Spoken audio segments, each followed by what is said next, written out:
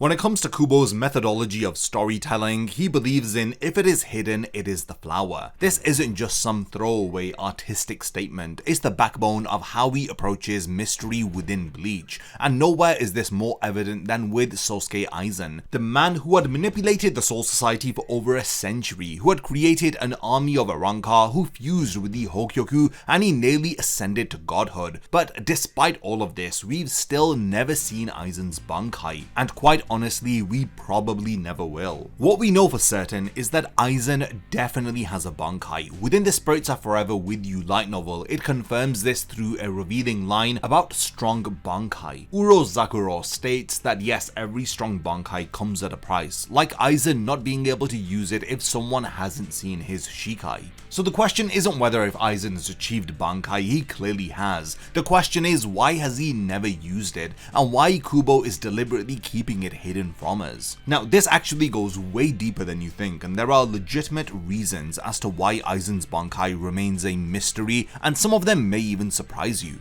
In order to become a captain of the Gotei 13, you need to demonstrate Bankai. It's literally a requirement of the captaincy exam, with Kenpachi Zaraki being the sole exception because the 11th division operates under different rules. So Aizen had to have shown something during his captain's proficiency exam, right? Well, Aizen didn't show them his real Bankai, I think. He couldn't have. This is a man who spent centuries planning his betrayal, meticulously orchestrating every move. Do you really think that he'd reveal his Bankai to Yamamoto and the Central 46 when he hasn't even shown them the true power of his Shikai? So if they don't know about the Shikai, then he would have absolutely faked his Bankai demonstration. Before his betrayal was revealed, everyone believed Kyōka Suigetsu was a water-type Zanpakuto that created mist-based illusions. Aizen used complete hypnosis to sell that lie for decades. He showed them exactly what he wanted them to see during that captain's exam, a fabricated Bankai that probably fit the fake water-type Shikai narrative. The examiners saw what they expected to see, felt the Reiatsu they thought that they should feel, and approved him as a captain of the Gotei 13. Meanwhile, Aizen was aware that they were under complete hypnosis from the moment that they witnessed his actual Shikai release. This deception wasn't just clever, it was necessary. If Aizen had revealed his true Bankai back then, even to a select few examiners, it would have compromised his entire plan.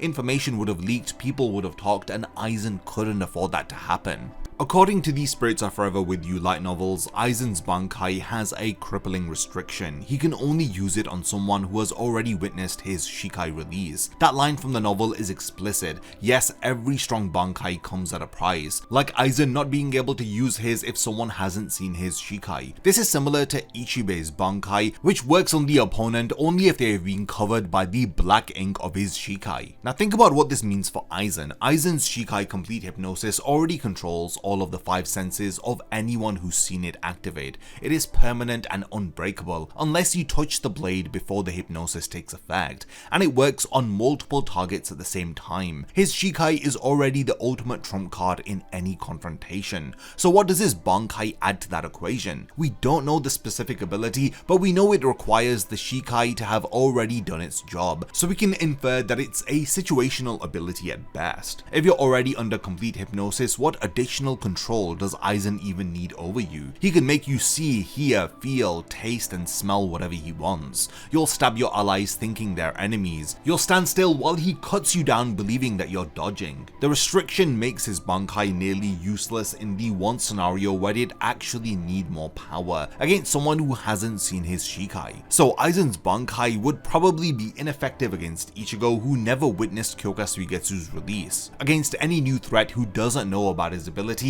he'd have to use Shikai first anyway, and by that point, why bother with the Bankai? This is probably why we haven't seen it, not because Aizen hasn't designed it, but because the restriction makes it strategically pointless in almost every situation that Aizen has found himself in. This brings us to the complete hypnosis of Kyōka Suigetsu, which is borderline broken as an ability. Once you've witnessed the release, you're under its spell forever, controlling all 5 senses at the same time with no time limit. Aizen was able to use Kyōka Kyōka Suigetsu on individuals after a span of 100 years. When your Shikai is already that overpowered, what does a Bankai even add? This creates a narrative problem. Bankai typically offers a 5 to 10x power increase, and it represents the full manifestation of a Zanpakuto. But how do you escalate from total control over another person's perception of reality? What is the next level? Is it controlling actual reality itself? That strays into territory that makes Aizen functionally omnipotent, which kills any dramatic tension. Kubo likely realized this early on.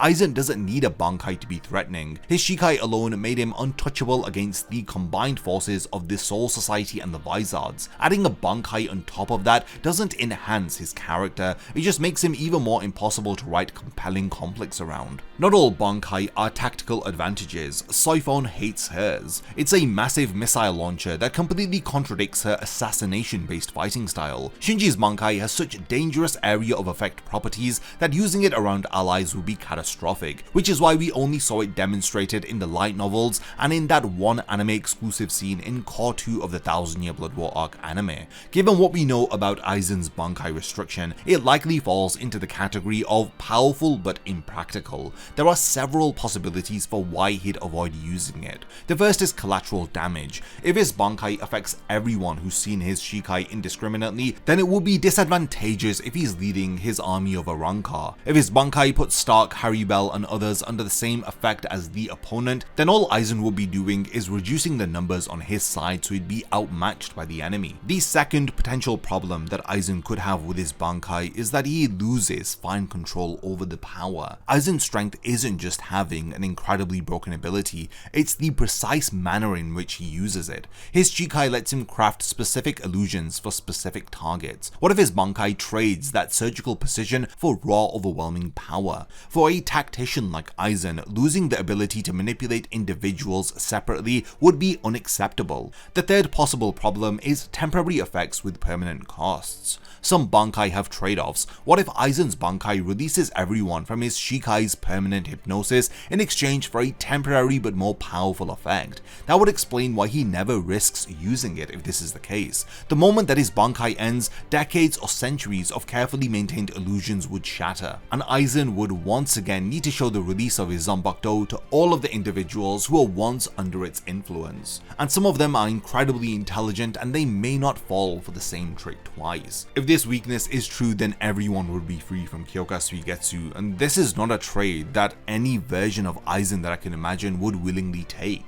Then there's the possibility that Aizen simply doesn't need his Bankai. During his fight with the Gotei 13 in Fake Karakura Town, Aizen dominated everyone without breaking a sweat. He cut through Komamura, Soifon, Tozen, Hitsugaya, Shunsui, and others like they weren't even there. When Yamamoto finally got serious and grabbed him to verify his identity through physical contact, Aizen had Wonder Wides specifically created to seal the flames of Ryujin Jaka. Aizen had a contingency for everything. Against Yobak in Muken, Aizen's Shikai was enough to disrupt Yuhobak's perception of time. And even during the final battle with Yuhobak, he used Kyōka Suigetsu to manipulate Yuhobak, tricking him into thinking that he was fighting Ichigo and Renji when in fact he was fighting illusions created by Aizen. When you're that effective with just the first release of your Zanpakuto, then it makes no sense to use the Bankai, especially if Aizen's Bankai comes with the restrictions that we've just spoken about. Aizen's Shikai makes his opponents experience whatever reality he wants them to see. So if he were to include Bankai with it, then it would just be overkill and possibly introduce unnecessary variables into situations where Aizen already has total control. Keeping his Bankai hidden also maintains an element of unpredictability. Opponents never know if they're fighting his full strength or if he's holding back something catastrophic. That psychological edge is valuable in itself. Every enemy who faces Aizen has to wonder,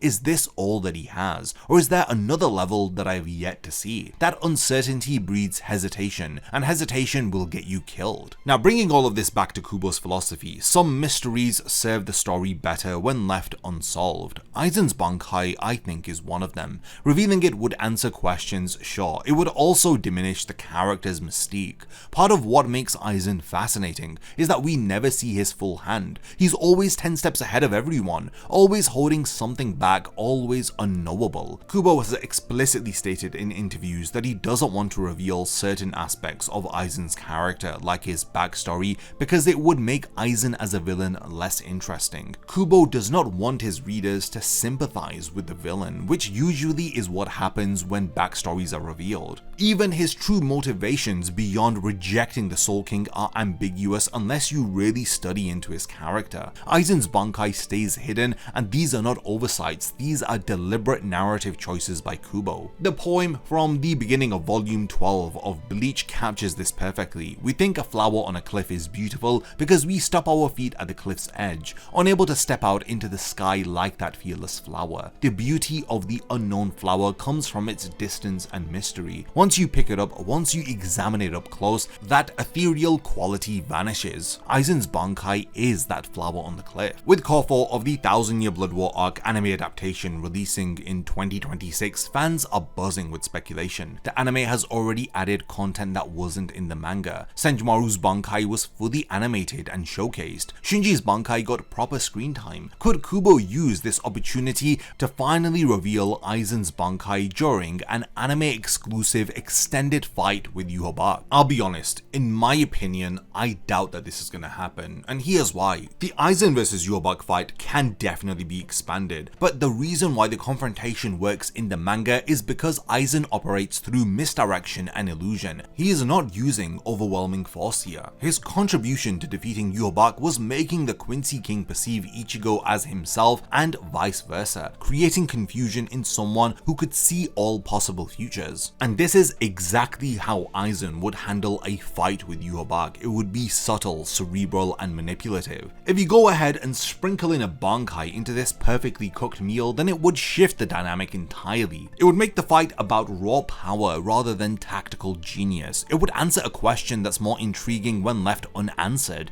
And frankly, Kubo's approach to Aizen has always been less is more. The character's impact comes from what he doesn't show us, not from displaying everything in his arsenal. When it comes to additions to the Aizen vs Yhwach fight, I expect that we'll see strategic use of Kyōka Suigetsu, perhaps additional Kido spells, maybe even some philosophical dialogue between Aizen and Yhwach about the nature of power and godhood and the differences in their motivations. But a full-on Bankai reveal that would go against everything Kubo has established about Aizen's character. All of these theories and speculations circle back to one truth. Aizen represents the concept that true power lies in mystery and control. He's terrifying not because we've seen everything he can do, but because we know that there's more that he hasn't shown us. Spirits Are Forever With You confirms that his Bankai exists, and we can assume that it has a restriction that makes it situational at best. We know Aizen reached the pinnacle of Shinigami power, but still chose to pursue the Hokyoku rather than relying on his Bankai to achieve his goals. This tells you everything about how he views the final release of his Zanpakuto. It's not the ultimate weapon that he needs for his plans. Instead, it's a tool that seems to have limitations that don't fit his style of combat. Whatever his Bankai is, whatever additional power it grants, this isn't the point. The point is that Aizen achieved everything that he wanted until Ichigo stopped him without ever needing to resort to it.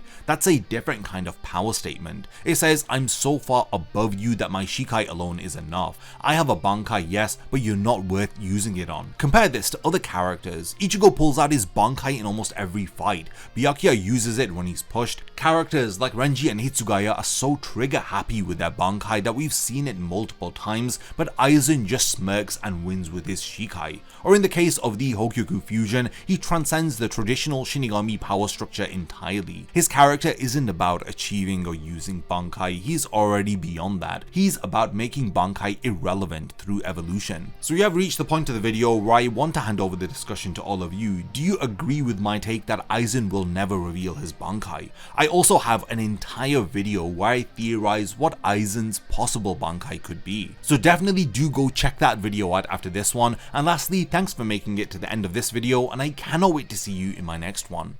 A massive thank you goes out to all of my amazing Patreon supporters for helping to make this video possible. If you also want to support the channel and see your name in the end of my videos, then check out my Patreon, which has loads of perks like early video access and so much more. Thank you for sticking around till the end of the video, and whatever you contribute will mean a lot to me.